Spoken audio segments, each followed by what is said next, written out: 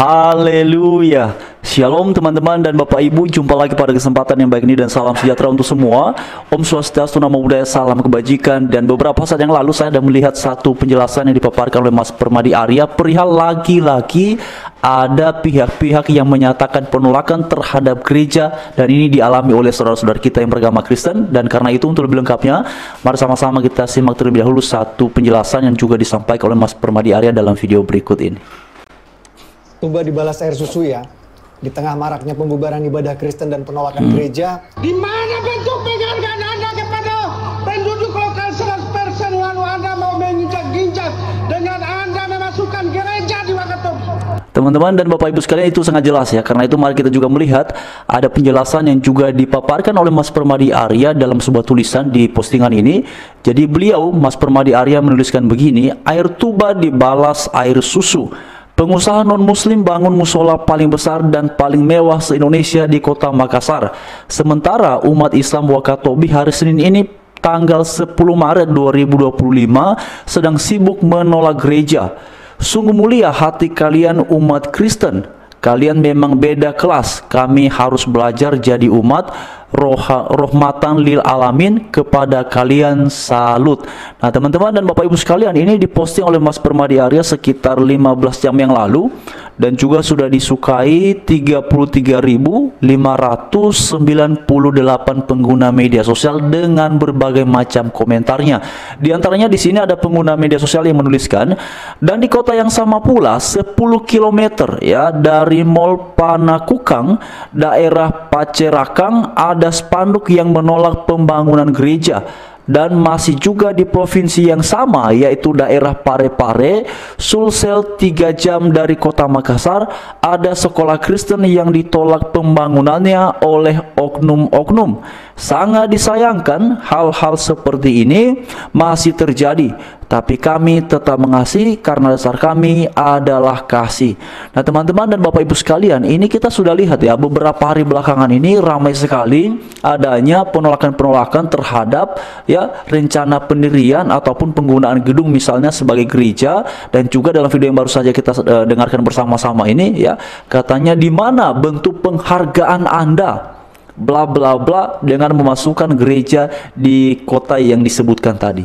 Wah teman-teman dan Bapak Ibu sekalian, kalau dasar argumentasinya di mana bentuk penghargaan Anda terhadap kami yang mayoritas dan segala macamnya dengan memasukkan gereja di kota kami, di kampung halaman kami, di wilayah kami, di daerah kami?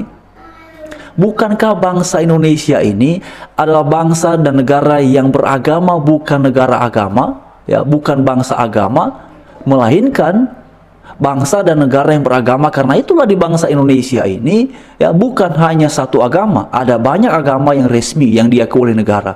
Lalu kemudian dikatakan bahwa di mana bentuk penghargaan Anda ya kepada kami yang jumlahnya 100% ataupun paling mayoritas di daerah sini, sehingga bisa-bisanya ya Anda memasukkan gereja di wilayah kami. Sejak kapan ya hal-hal seperti ini didasarkan pada berapa jumlah, berapa penggunanya, berapa mayoritasnya, berapa yang disebut sebagai minoritasnya? Kan tidak ada dalil seperti itu. Karena memang di situ ada saudara-saudara yang yang beragama dan jumlahnya sedikit. Apakah kemudian salah bila mana mereka membangun sebuah tempat untuk beribadah yang dalam hal ini sebagaimana sudah kita dengarkan adalah saudara-saudara kita yang beragama Kristen ya? Mungkin saja jumlah mereka memang sedikit di kota itu, tapi apakah kemudian mereka tidak punya hak oleh karena mereka semata-mata jumlahnya paling sedikit dibandingkan dengan kalian yang menolak? Apakah kemudian mereka tidak bisa membangun tempat peribadatan di situ untuk dipakai untuk beribadah kepada Tuhan yang dipercaya dalam iman mereka sebagai seorang Kristen berdasarkan pada pernyataan Bible ataupun Alkitab? Nah ini kan menjadi sesuatu yang tampak lucu teman-teman, dalam tanda kutip ya. Ini menjadi sesuatu yang sangat memilukan sekali. Oleh karena itulah, mengapa hal ini masih terus terjadi, dan disinilah sebenarnya peran pemerintah untuk bersikap tegas, keras, dan memberi perhatian yang serius perihal seperti ini supaya tidak ada lagi hal-hal seperti ini. Ya. Kalau narasi yang dibangun tadi seperti yang sudah kita dengarkan bersama-sama adalah di mana bentuk penghargaan Anda, Apa kemudian itu sedang meminta untuk dihargai? Apakah itu sedang meminta untuk dihormati karena jumlah mereka ya banyak sedangkan yang lain tidak? Apakah kemudian demikianlah cara hidup beragama di tengah-tengah ya bangsa kita Indonesia, masyarakat kita yang beragam ini? Oleh karena itulah kita punya semboyan Bhinneka Tunggal Ika. Begitukah cara kemudian kita bersikap terhadap mereka-mereka yang berbeda keyakinan, terhadap mereka yang berbeda agama dengan kita? Dalam posisi pun kita juga mengaku sebagai orang yang bertuhan, sebagai orang yang beragama. Inikah nilai-nilai yang kemudian terimplementasi dalam kehidupan sehari-hari? Tidak nyaman ketika melihat ada pihak, ada penganut agama yang tidak sama dengan kita, yang kemudian mau juga ya punya fasilitas untuk bisa beribadah, salah satunya seperti membangun tempat ibadah, dalam hal ini tadi adalah gereja. Apakah itu menjadi sesuatu yang meresahkan? Nah, teman-teman dan Bapak Ibu sekalian, sebenarnya alasan-alasan hal seperti ini serupa-serupa lah dengan kasus-kasus yang lainnya. Kami mayoritas di sini, tidak boleh nah, ada pembangunan gereja, tidak boleh ada pendirian tempat ibadah umat lain karena kami mayoritas dan segala macamnya.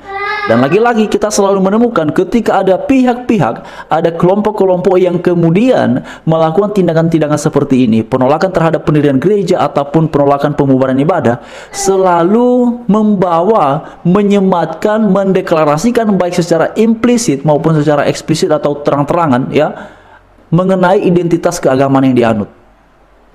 Ya, tujuannya apa? Ya, saya nggak tahu. Tapi itulah yang selama ini dalam berbagai video yang viral itu selalu saja ya menyebut mayoritas, kami 100% di sini, kami lebih banyak di sini dan segala macamnya.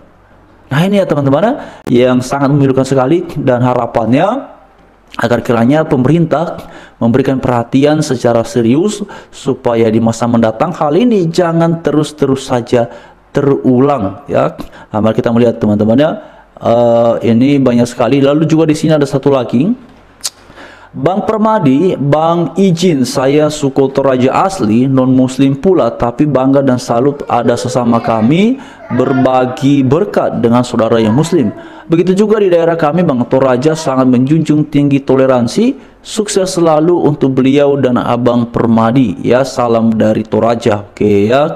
Oke teman-teman, ini banyak sekali ya komentar-komentar. Tapi itulah, karena itu mohon atensi dari Bapak Prabowo Subianto sebagai Presiden RI dan juga Pak Gibran sebagai Wapres kepada Pak Menteri Agama ataupun kepada Gubernur, kepada Bupati, kepada Wali Kota, juga kepada Wakil Rakyat ya legislatif baik yang ada di tingkat kota, kabupaten ataupun provinsi ini, juga yang ada di Senayan. Ya, mohon kiranya hal seperti ini diberikan atensi ya, bagaimana bangsa ini bisa siap dengan peluang yang ada pada tahun 2030-an ke atas ya, mengenai bonus demografi, dan katanya kita siap menjadi Indonesia emas pada 2045. Kalau hal-hal paling mendasar seperti ini saja belum tuntas di bangsa kita Indonesia ini, dan apalagi ini bukan hanya 1-2 kali terjadi, bukan hanya 10 kali, bukan hanya 20 kali, sudah kesekian kali teman-teman ya. Setiap tahun, bahkan hampir dalam 1 minggu kita dapatkan berita-berita yang seperti ini. Atau hampir dalam 1 bulan ada aja yang melakukan tindakan intoleransi. Dan tidak bisa dipungkiri, yang kerap kali menjadi korbannya adalah saudara-saudari kita yang beragama Kristen.